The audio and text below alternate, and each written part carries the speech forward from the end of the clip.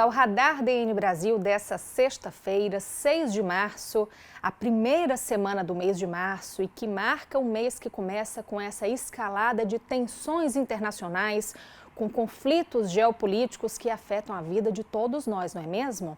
E esse é o primeiro tema do nosso programa de hoje. Mais um ataque que os Estados Unidos lançam no Oriente Médio, dessa vez envolvendo, de certa forma, Portugal. O governo dos Estados Unidos fez um pedido a Portugal para a utilização da Base das Lajes, uma base militar que os Estados Unidos mantém na Ilha Terceira, nos Açores. Como é que isso se reflete, então, no papel que Portugal tem dentro desse conflito, dentro dessa guerra, em mais um ataque?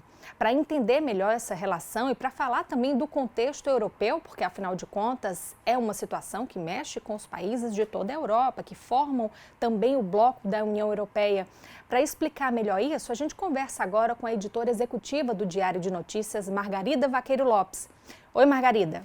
Pois é, Carol, esta relação entre os Estados Unidos e Portugal e a Base das Lajes tem de ser um bocadinho explicada, se calhar, para eu te poder responder a essa pergunta. Primeiro, a presença militar norte-americana nos Açores, e é preciso que tenhamos todos noção disto, remonta à Primeira Guerra Mundial. Portanto, nós temos uma relação muito longa com os Estados Unidos. Inicialmente, o exército norte-americano esteve durante pouco tempo em Ponta Delgada. Depois, no pós-Segunda Guerra Mundial, portanto, na década de 40, fez-se o primeiro tratado, e único, vigente ainda até hoje, sobre a utilização da Base das Lajes. A Base das Lajes, na Ilha Terceira, tem uma importância geoestratégica imensa, sobretudo para quem quer, no fundo, dominar o Atlântico, não é? Para uma potência do Atlântico.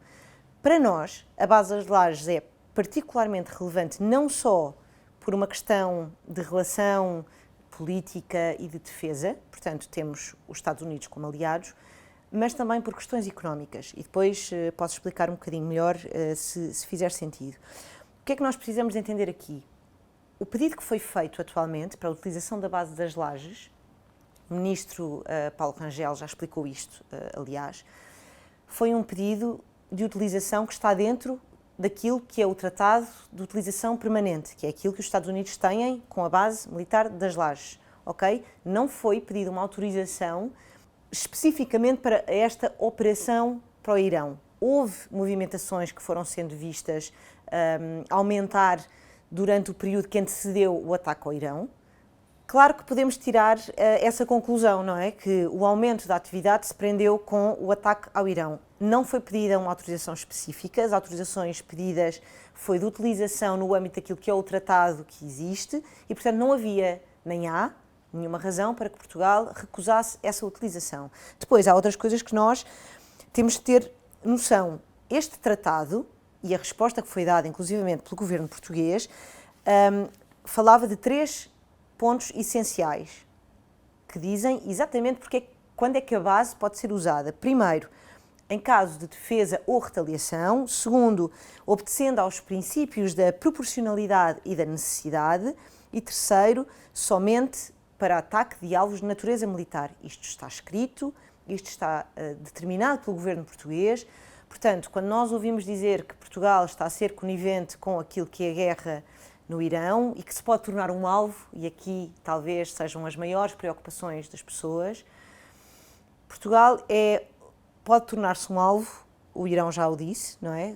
Porque, na verdade, nós podemos considerar que é um aliado dos Estados Unidos da América. Porque é que Portugal não pode dar aos Estados Unidos a resposta, e esta eu sei que é outra pergunta que as pessoas fazem muito, a mesma resposta que Espanha deu, por várias razões também. Primeiro, a Base das Lajes tem uma localização geoestratégica muito diferente daquelas duas bases espanholas, as bases de Rota e de Morón. Portanto, muito mais relevante, muito mais importante. Os Estados Unidos, se quiserem efetivamente usar a Base das Lajes, eles vão usar a Base das Lajes. E nós temos de ter noção disso. A nossa posição, enquanto potência, é uma posição muito frágil. Aliás, é também algo que é dito pelos especialistas que estudam a relação entre Estados Unidos e Portugal e a utilização da Base das Lajes há muitos anos. Portugal, não podemos esquecer que este tratado foi feito ainda ao abrigo do Estado Novo. Portanto, Portugal deixou sempre chegar aos limites daquilo que são estes tratados. porque nós estamos numa posição de fragilidade, não só em termos políticos e de geoestratégia, mas também em termos económicos. E não é despiciente, e nós temos de nos lembrar, há uma questão muito relevante, e houve durante muitas décadas, ainda hoje, há uma ligação muito importante entre a população dos Açores e a população dos Estados Unidos. Muitas vezes, ao longo destas décadas de relação, os Estados Unidos vieram socorrer as populações açorianas, muito antes até do continente português socorrer. Há uma importância económica muito relevante. Houve uma altura em que a base das Lajes tinham, num contingente permanente, cerca de 400 militares, as suas famílias, e uma quantidade de empregos e de economia muito relevante não só para a Terceira, mas para todo o arquipélago dos Açores. E, portanto, tudo isto tem de estar posto na balança quando nós tentamos fazer esta analogia. Além disso, não nos podemos esquecer também de outra coisa. A posição de Espanha, de Pedro Sánchez, no caso, é tomada numa altura em que Pedro Sánchez tem muitos problemas de estabilidade política. Portanto, ele tenta dar uma imagem de força, mas não nos esqueçamos de que Espanha está, tal como Portugal, incluído na União Europeia. Aliás, esta atitude de Pedro Sánchez, que ao mesmo tempo que recusa a utilização das bases espanholas para o ataque militar, e também não esquecer os tratados que Espanha tem com os Estados Unidos são diferentes do tratado que Portugal tem em relação à base das Lajes. Mas, para além desta decisão de Pedro Sánchez de dizer que não quer a utilização das bases de Rota e de Morón, disse também que se recusava a aumentar a despesa do Estado para a contribuição para a defesa, aquilo que foi uma das obrigações, aliás, aquilo que foi uma das exigências de Donald Trump, agora para se manter nos acordos da NATO. Como nós vimos nos últimos 3 dias, até o chanceler alemão já veio criticar essa posição espanhola. Merz esteve nos Estados Unidos, falou com Trump e disse que ia tentar forçar a Espanha a cumprir a meta do aumento da despesa. Porquê? Porque Espanha está incluída na União Europeia. Os acordos bilaterais que têm sido assinados com os Estados Unidos não são assinados entre países, entre Estados-membros autonomamente, são assinados entre a União Europeia, portanto, entre os Estados-membros da União Europeia e os Estados Unidos. O que é que isto significa? Que Merz também está a tentar proteger a Espanha em relação àquilo que foram as respostas de Donald Trump, que disse: vamos aumentar brutalmente as tarifas sobre Espanha, vamos maltratar a Espanha, vamos fazer tudo e mais um par de botas a Espanha. E, portanto, Merz também está aqui numa crítica àquilo que foi a tomada de posição unilateral do governo espanhol, a tentar proteger de alguma forma a sua posição. Ou seja, e em resumo, porque eu entendo que é complexo e há aqui um contexto que é histórico e económico que é relevante. Portugal não poderia propriamente ter dado outra resposta aos Estados Unidos. Portugal não aprovou um ataque direto ao Irão, aprovou uma atividade militar que está prevista nos acordos e no tratado assinado com os Estados Unidos há muitos anos.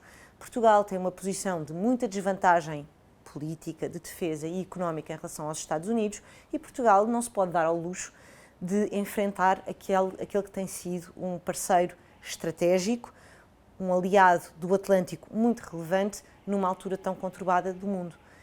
Espero que isto tenha tornado assim um bocadinho mais claro. É complexo, é muito difícil nesta altura fazermos estas avaliações preto, branco. Portugal devia ter feito como Espanha fez. Não é assim que funciona, não é assim que funciona a diplomacia, e nunca nos esquecendo disto. No dia em que os Estados Unidos disserem eu quero usar a base das Lajes de forma unilateral, muito dificilmente Portugal tem forma de impedir que essa utilização seja feita. Portanto, se quisermos, este no fundo é a solução de compromisso que mais protege os nossos interesses nacionais e, sobretudo, os nossos interesses de futuro, onde nós continuamos a precisar de ter um aliado estratégico no outro continente. Obrigada, Margarida. Sem dúvida, um tema muito complexo e ainda por cima que tem atualizações minuto a minuto. São situações que vão se desenrolando e nós vamos acompanhando e explicando tudo, vocês sabem, no site do Diário de Notícias. É só acessar www.dn.pt para acompanhar toda essa cobertura da nossa equipe e entender melhor todos esses passos que vão acontecendo com relação a esse conflito. Vamos falar agora de uma outra notícia que deixou Portugal em alerta. O país entrou numa zona de risco para a transmissão da febre chikungunya, uma doença que o Brasil já conhece há muito tempo e que tem liderança em pesquisas nessa área de investigação. A gente conversa agora com a Fiocruz, Fundação Oswaldo Cruz, para tentar entender melhor o que significa a entrada de um país na Europa numa zona de risco para a transmissão dessa doença e até para falar sobre parcerias que existem entre Brasil e Portugal no que toca à investigação científica. A chikungunya é uma doença causada por um vírus do mesmo nome, vírus chikungunya. Essa doença foi descoberta pela primeira vez e a identificação desse vírus na década de 1940, início 1950, na Tanzânia. No Brasil, o vírus é transmitido pelo mosquito chamado Aedes aegypti, que é primo irmão do outro mosquito chamado Aedes albopictus, que deve ser o que tem aí em Portugal. O que houve de mais recente aqui em Portugal, não é relacionado à chikungunya, foi o estudo que foi publicado é um estudo britânico, não é? Que foi publicado na revista The Royal Society, que fala que Portugal, o sul da Europa, não é? Portugal, Espanha, Itália, pela questão do aumento das temperaturas, esse aumento global que a gente vem, não é, vivenciando aí nas últimas décadas, agora torna-se uma zona de maior propensão, ou seja, de maior risco para surtos de chikungunya. Como é que é essa relação, então, da temperatura, não é, com um possível surto de uma doença como essa? Isso está relacionado, então, à questão da proliferação do mosquito, é isso? Exatamente. A elevação na quantidade de chuva e também da temperatura média diária, semanal, mensal, enfim, isso que a gente está observando aqui no Brasil, cada vez mais, o inverno ele é mais curto, né? Ele tende a ser mais curto. Então, essa temperatura média um pouco mais elevada, com a abundância de água, favorece a proliferação do mosquito. Lembrando que o mosquito Aedes, tanto o Aegypti como o Aedes albopictus, ele pode se procriar, ele pode se reproduzir em quaisquer lugares que acumulem água, independentemente do tamanho da água acumulada, da quantidade da água acumulada. Então, desde uma tampinha de garrafa PET até uma piscina que não foi adequadamente tratada, ou uma caixa d'água que não foi vedada adequadamente, né? Claro, a quantidade de mosquito que vai se multiplicar dentro de uma caixa d'água é infinitamente maior do que o mosquito que está dentro com a água, dentro de um copo plástico, por exemplo, né? Então, a temperatura mais elevada com a abundância da água favorece a proliferação do mosquito e também já há algumas pesquisas aqui no Brasil mostrando que o tempo de amadurecimento do vírus dentro do mosquito, ele tende a encurtar um pouquinho. E também o tempo que o mosquito vai de ovo a mosquito adulto, com a abundância da água e a elevação da temperatura, tende a ficar mais curto. Nós estamos chegando num período aí que a temperatura vai se elevar, tem a intensificação do turismo de várias regiões do mundo para aí, onde pessoas que podem estar com o vírus e não ainda com a doença, pode estar com o vírus na corrente sanguínea, pode levar, como aí tem o mosquito, a tendência que possa, a possibilidade, a hipótese é que possa acontecer. Nós temos algumas ferramentas que nos permitem, aqui no Brasil, predizer se neste verão nós teremos ou não uma epidemia de dengue, teremos ou não uma epidemia de zika ou de chikungunya. Evidentemente, todas essas essas ferramentas que a gente, e toda essa experiência está a serviço da população, está à disposição da população e das autoridades de Portugal. Nós somos países irmãos, somos povos irmãos. O que o Brasil puder ajudar, evidentemente, estamos à disposição, claro. E com a Fiocruz, com agora uma base estabelecida aqui em Lisboa, não é? Uma base estabelecida em Lisboa, já tínhamos também um núcleo lá na Universidade de Aveiro, né? E a Universidade Nova de Lisboa agora, enfim, uma série de parcerias que nós estamos estabelecendo aí com Portugal, que é mais que natural, né?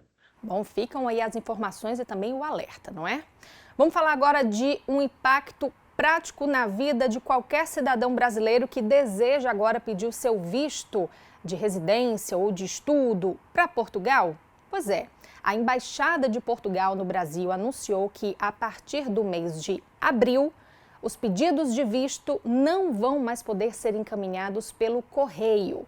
Todos os pedidos de visto têm que ser feitos presencialmente.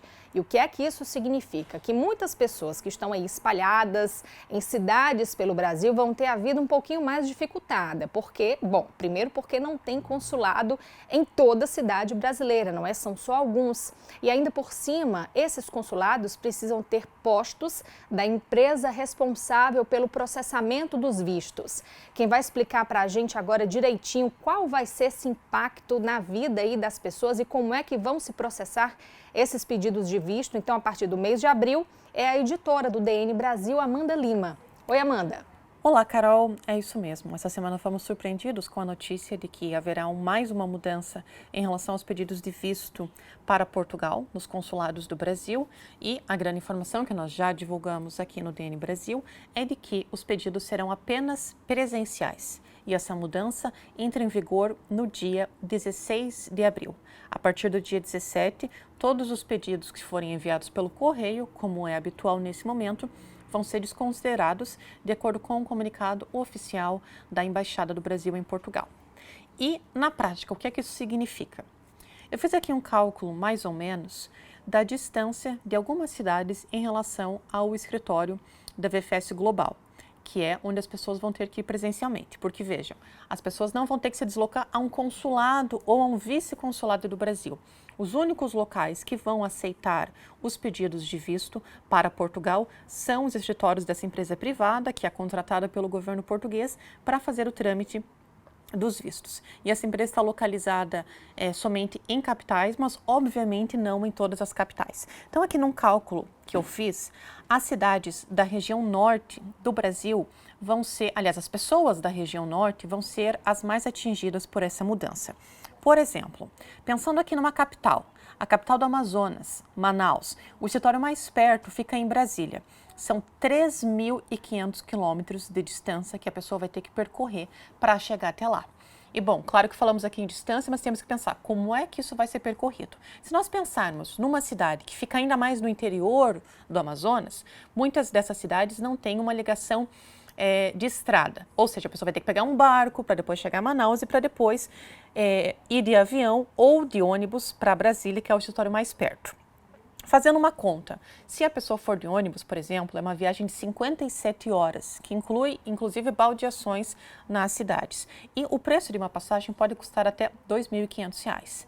Também a pessoa pode ir de avião, logicamente, mas sabemos que nem todas as pessoas andam de avião, e o custo fica em torno de mais ou menos R$ 1.500. Isso nós estamos falando apenas da passagem, sem falar dos custos de hospedagem, porque não é uma viagem que seja possível fazer, digamos assim, um bate e volta, custos de alimentação. Mas esse para dar um exemplo de que essa mudança vai impactar muito as pessoas que moram longe.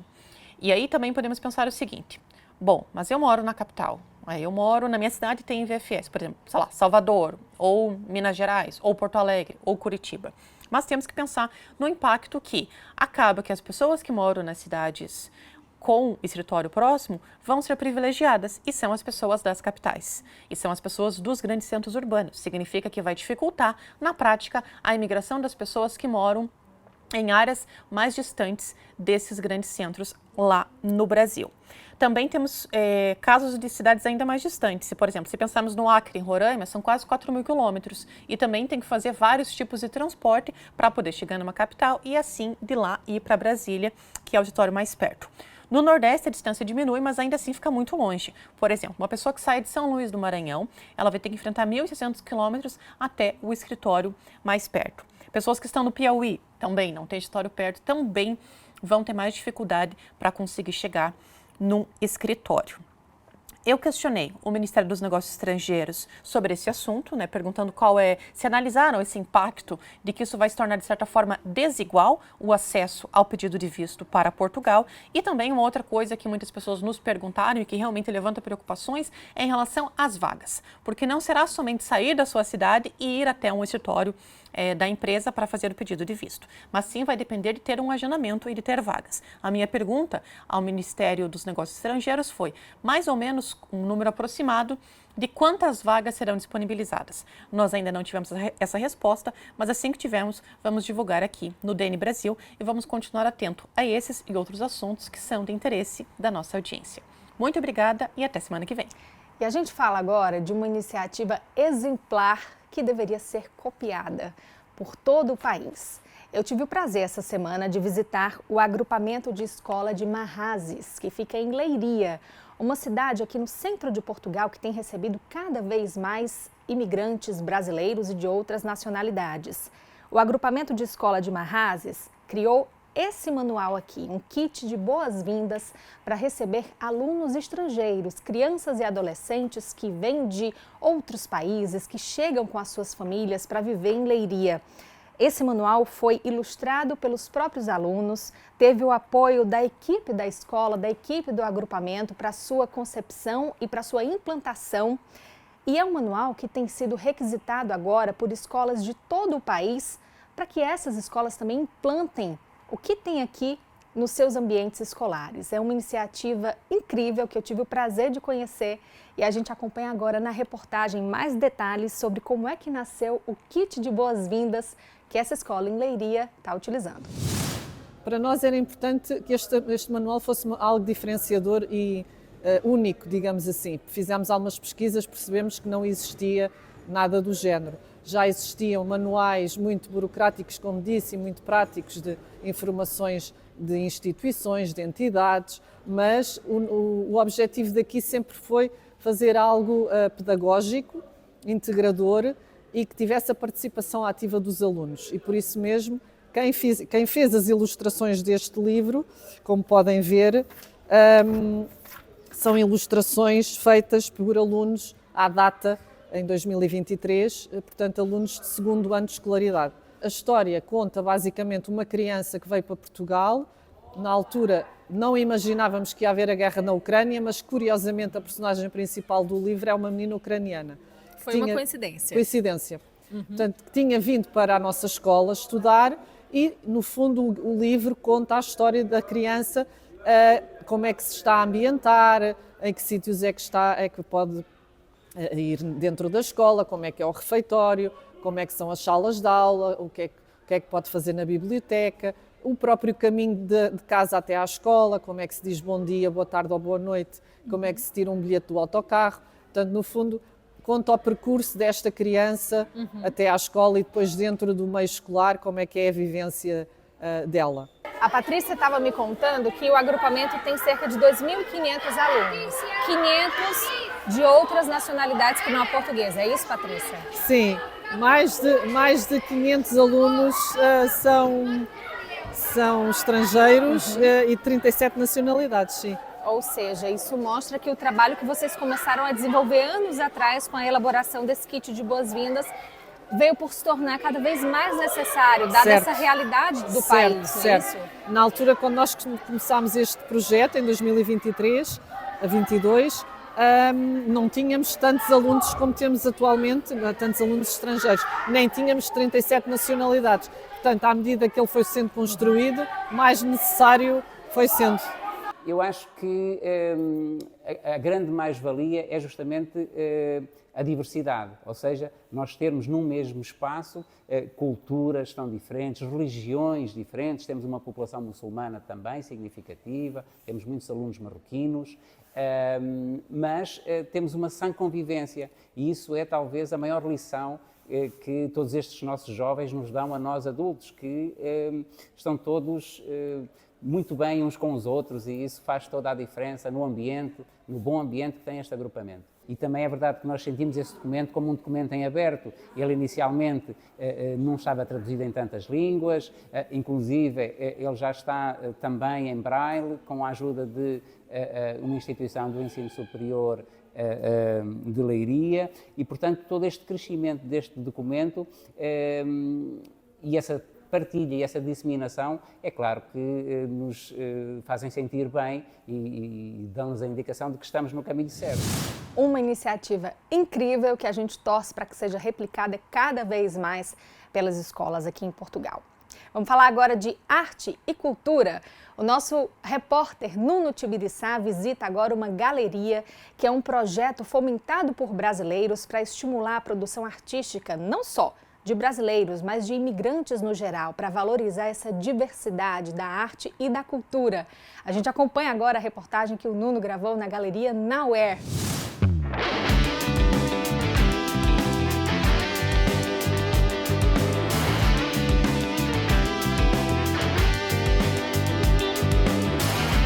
Pois é, Carol, hoje a gente veio até aqui, a Penha de França, estamos na Galeria Nowhere para falar um pouco com a Cristiana Tejo, curadora dessa galeria que surgiu para apoiar então artistas imigrantes especialmente. Cristiana, conta um pouco desse seu projeto que surgiu em 2018, depois teve muitas fases até chegar aqui nesse novo espaço, então essa nova galeria. Eu digo que é um espaço matriarcal, foi fundado por imigrantes, mulheres brasileiras, mães, né? Digo que o Nowhere ele surge dessa necessidade da gente criar nossa nova casa aqui, né? E é interessante porque era só inicialmente um convite para conversar sobre arte, trocar ideias e foi atraindo especialmente imigrantes brasileiros, a maior parte mulheres que chegavam em Portugal, principalmente a partir de 2018, depois da eleição do Bolsonaro, e precisavam de um acolhimento, precisavam entender como é que se situa aqui em Portugal, em Lisboa, e o projeto foi crescendo. Começamos com 5 artistas em novembro de 2018, em um ano já eram 20 artistas, um grupo aqui, um grupo no Porto, mais 10 pessoas no Porto, e de lá para cá eu diria que a nossa comunidade hoje tem mais de 100 pessoas. O espaço é 5 vezes maior do que nós tínhamos anteriormente, acolhe muito melhor o que hoje é a nossa comunidade e nós estamos no entorno real de pessoas que moram aqui, que vivem com salários portugueses, como nós também, a maior parte dos imigrantes, né? Então eu acho que agora a gente encontrou um lugar em que realmente muitas outras coisas vão florescer. E o Diego é um artista que é parceiro de vocês há algum tempo. Se você quiser então apresentar um pouco aqui a obra dele. O Diego Garcês participa dos nossos acompanhamentos críticos desde 2022, já são 4 anos. E de lá para cá, ele é um artista que, na realidade, tem a formação em Relações Internacionais e ele se mudou para cá há 6 anos e aqui ele começou a estudar arte, então eu diria que a persona artística do Diego floresceu, enfim, aconteceu em Lisboa. Ele hoje em dia tem ateliê aqui no espaço e é isso, é um pequeno recorte da produção do Diego que eu tentei dar uma certa narrativa, né? A galeria não é só aqui, então a Cristiana vai dar uma volta com a gente para ir mostrando. Vamos embora.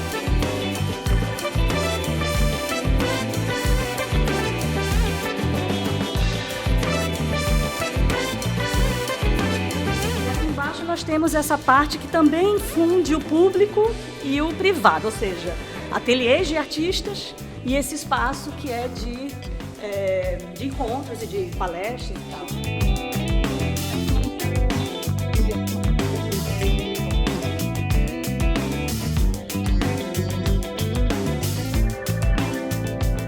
Eu estou aqui na comunidade há 4 anos, tendo a oportunidade de ter esse espaço, esse ateliê aqui, que é um sonho, porque finalmente estou com um espaço bacana para poder trabalhar, produzir. Minha produção está crescendo do ponto de vista de tamanho e do ponto de vista de amadurecimento artístico. pelo fato de eu ter finalmente um ateliê mais profissional, onde eu posso receber pessoas, onde eu posso fazer uma exposição individual como está acontecendo aqui em cima, como vocês viram lá. E é isso, assim, o fato de estarmos em um coletivo de artistas coordenado matriarcal, coordenado por mulheres, composto principalmente por artistas emergentes, imigrantes, periféricos, também portugueses, mas artistas que estão pensando a arte contemporânea do ponto de vista da periferia, eu diria.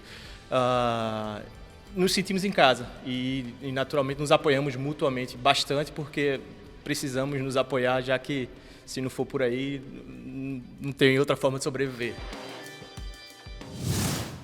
Fica o convite, então, para quem estiver em Lisboa, visitar a galeria e conhecer mais sobre esse trabalho. Bom, e assim a gente chega ao final da edição dessa sexta-feira do nosso Radar.